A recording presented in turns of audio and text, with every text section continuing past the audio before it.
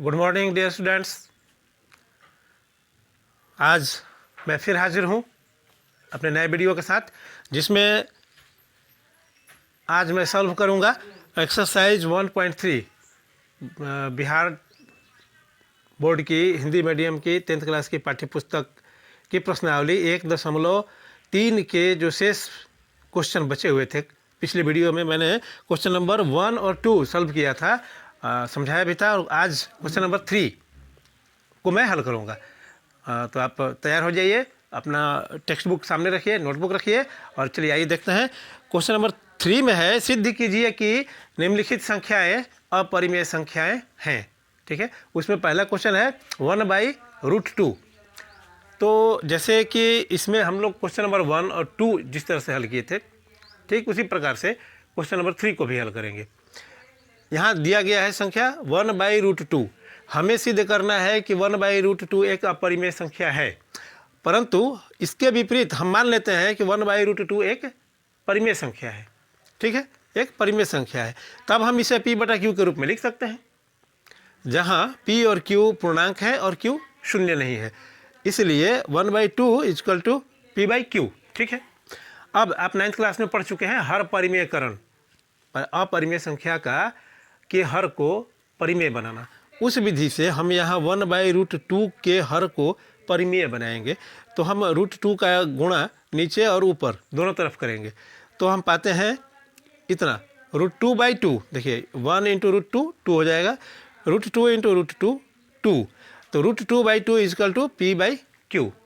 ठीक है, अब इस √2 को जो कि यहाँ नीचे है भाग के रूप में है, तो इसको अगर इधर ले जाएंगे तो मल्टीप्लाई होगा, गुणा होगा, तो √2 = 2p/q बचेगा।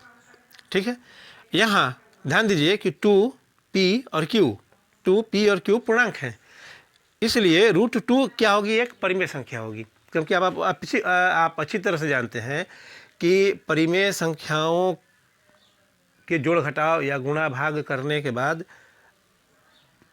एक परिमेय संख्या प्राप्त होती है, तो √2 एक परिमेय संख्या होगा। परंतु इससे इस तथ्य का विरोधाभास प्राप्त होता है कि √2 एक अपरिमेय संख्या है। ठीक है, √2 हम पहले ही सिद्ध कर चुके हैं कि √5 अपरिमेय संख्या है। ठीक उसी प्रकार से √2 भी एक अपरिमेय संख्या है, हमको सिद्ध करना था 1/√2। तो √2 एक अपरिमेय संख्या है, जबकि आ रहा है मेरा रिजल्ट की √2 एक परिमेय संख्या है। ये दोनों बातों में कंट्राडिक्शन है, विरोधाभास है। ये विरोधाभास क्यों प्राप्त हो रहा है? पिछले सवाल की तरह फिर यहाँ आगे एक पंक्ति और लिखना है, इसमें ऐड करना है कि यह विरोधाभास हमें अपनी गलत अवधारणा के कारण प्राप्त हुआ है। आप यहाँ लिख सकते हैं, ध्यान दीजिए। अब इसके आगे लिखना है। ठीक है,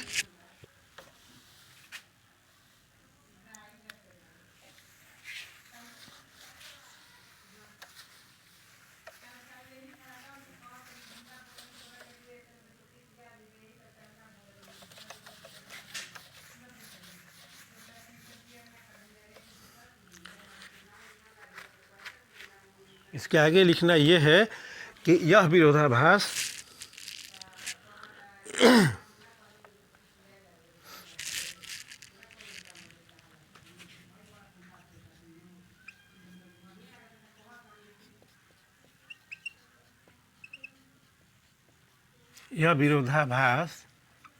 हमें अपनी गलत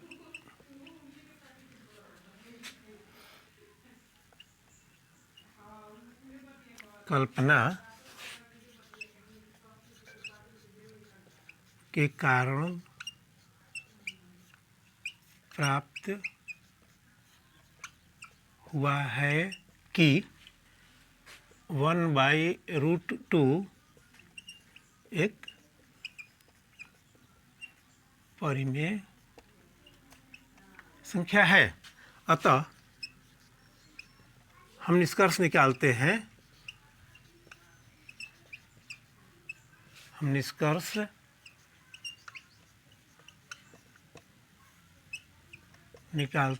कि 1/√2 एक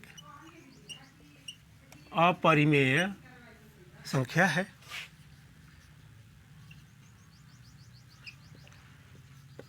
प्रमाणित हो गया, ये हमने प्रमाणित कर दिया कि 1/√2 एक अपरिमेय संख्या है। चलिए हम चलते हैं आगे। क्वेश्चन नंबर 3 का 2, 7√5 यहाँ दिया गया है 7√5।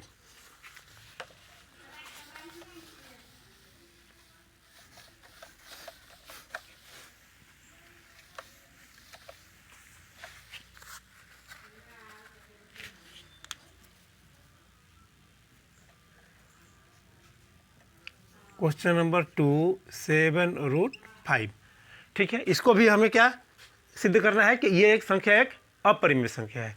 तो फिर से हम वही काम करेंगे। मैं लिख नहीं रहा हूँ, उसमें समय ज़्यादा व्यतीत हो रहा है, आप लिख सकते हैं। फिर से वही लिखेंगे जैसे ऐसा इस चैप्टर के सारे क्वेश्चंस के प्रारंभ में हमने लिखा है कि हमें सिद्ध करना है कि 7√5 एक अपरिमेय संख्या है।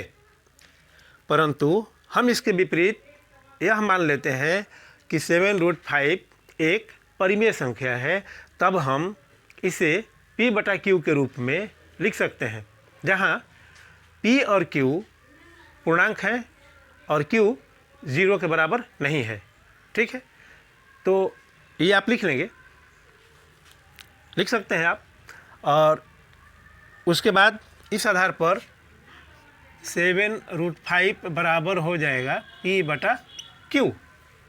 ठीक है, अब हम यहाँ से क्या करेंगे कि समीकरण के नियम से Q7 यहाँ पे गुणा है, अगर इसका साइड चेंज करेंगे LHS से RHS की तरफ ले जाएंगे तो ये भागा हो जाएगा, तो हो जाएगा P/7Q।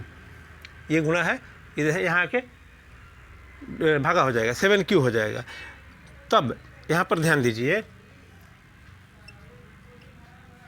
यहाँ P, Q और 7, P, Q और 7 ये सभी पूर्णांक संख्याएं हैं। ये सभी पूर्णांक संख्याएं हैं। आप लिखेंगे आगे कि यहाँ P, Q और 7 पूर्णांक संख्याएं हैं, इसलिए √5 एक परिमेय संख्या होगा। ठीक है, ये पूरी पंक्ति लिखनी है कि यहाँ P, Q और 7 पूर्णांक संख्याएं हैं, इसलिए √5 एक परिमेय संख्या होगा। समझ रहे हैं? इसको लिख लीजिए और फिर उसके बाद लिखिए कि परंतु इससे इस तथ्य का विरोधाभास प्राप्त होता है कि √5 एक अपरिमेय संख्या है। समझ रहे हैं? अर्थात यह विरोधाभास हमें अपनी गलत अवधारणा के कारण प्राप्त हुआ है कि 7√5 एक परिमेय संख्या है। इसलिए हम यह निष्कर्ष निकालते हैं कि 7√5 एक अपरिमेय संख्या है।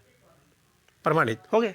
ये लैंग्वेज लिखना है, सब में लिखना है, इसलिए मैं लैंग्वेज नहीं लिख रहा हूँ, समय अधिक व्यतीत हो रहा है, आप खुद लिख सकते हैं। ठीक है, अब चलते हैं क्वेश्चन नंबर 3 पर। उसको भी ऐसे ही करेंगे। क्वेश्चन नंबर 3,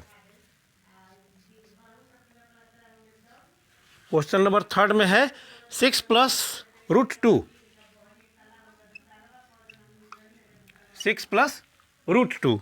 ठीक है, तो देखिए इसको भी हमें सिद्ध करना है कि ये एक अपरिमेय संख्या है। सिद्ध करना है कि 6 + √2 एक अपरिमेय संख्या है, परंतु इसके विपरीत आप लिखेंगे। हमें सिद्ध करना है कि 6 + √2 एक अपरिमेय संख्या है, परंतु हम इसके विपरीत मान लेते हैं कि 6 + √2 एक परिमेय संख्या है। तब हम इसे P/Q के रूप में लिख सकते हैं, जहाँ P और Q पूर्णांक है तथा Q 0 के बराबर नहीं है। ठीक है, सभी क्वेश्चन में इस तरह से लिखा गया है, तो आप लिख सकते हैं। इसलिए 6 + √2 बराबर हो जाएगा P/Q। इसके बाद फिर हम समीकरण के नियम का प्रयोग करेंगे। 6 यहाँ प्लस है, इसको अगर हम इस तरफ ले जाते हैं तो P/Q - 6 हो जाएगा। ठीक है, हम इसको बटा 1 करके इस तरह से भिन्न का घटाव बना सकते हैं। Q और 1 का LCM Q होगा, Q से Q को डिवाइड करेंगे 1 प्राप्त करेंगे, P में गुना करेंगे P हासिल करेंगे। माइनस 1 से क्यू को डिवाइड करेंगे, भाग करेंगे तो क्यू आएगा, और क्यू का 6 में गुना करेंगे तो होगा 6Q। ठीक है बच्चों, अब यहाँ ध्यान दीजिए आप कि P, Q और 6 ये तीनों पूर्णांक संख्याएं हैं। यहाँ आपको लिखना होगा कि यहाँ P, Q और 6, आगे लिखिए P, Q और 6 ये तीनों पूर्णांक संख्याएं हैं, इसलिए ये √2 एक परिमेय संख्या होगा। ये लिखना है, आप लिखेंगे, मैं नहीं लिख रहा हूँ इसलिए उसमें समय अधिक लगेगा। यहाँ P, Q और 6 सभी पूर्णांक संख्याएं हैं, इसीलिए √2 एक परिमेय संख्या होगा। परंतु इससे इस बात का विरोधाभास प्राप्त होता है कि √2 एक अपरिमेय संख्या है। यह विरोधाभास हमें अपनी गलत अवधारणा के कारण प्राप्त हुआ है कि 6 प्लस √2 एक परिमेय संख्या है। अतः हम निष्कर्ष निकालते हैं कि 6 प्लस √2 एक अपरिमेय संख्या है। हो गया, प्रमाणित। सब में लिखना है, वहाँ पे केवल बस थोड़ा सा चेंज करना है, यह √2 6 प्लस √2 इस तरह से चेंज करना है, आप लिख लेंगे। एक बार मैं फिर से बोल देता हूँ जल्दी से। यहाँ P, Q और 6 सभी पूर्णांक संख्याएं हैं, इसलिए √2 एक परिमेय संख्या होगा। परंतु इससे इस तथ्य का विरोधाभास प्राप्त होता है कि √2 एक अपरिमेय संख्या है। ये पहले से प्रमाणित है कि √2 एक अपरिमेय संख्या है। अतः ये विरोधाभास हमें अपनी गलत अवधारणा के कारण प्राप्त हुआ है, गलत कल्पना के कारण प्राप्त हुआ है। चूँकि हमने पहले मान लिया था कि 6 प्लस √2 एक परिमेय संख्या है, ऐसा नहीं है। अतः हम निष्कर्ष निकालते हैं कि 6 प्लस √2 एक अपरिमेय संख्या है, प्रमाणित। और आज के क्लास में इतना ही बच्चों, तब तक के लिए bye, have a nice day.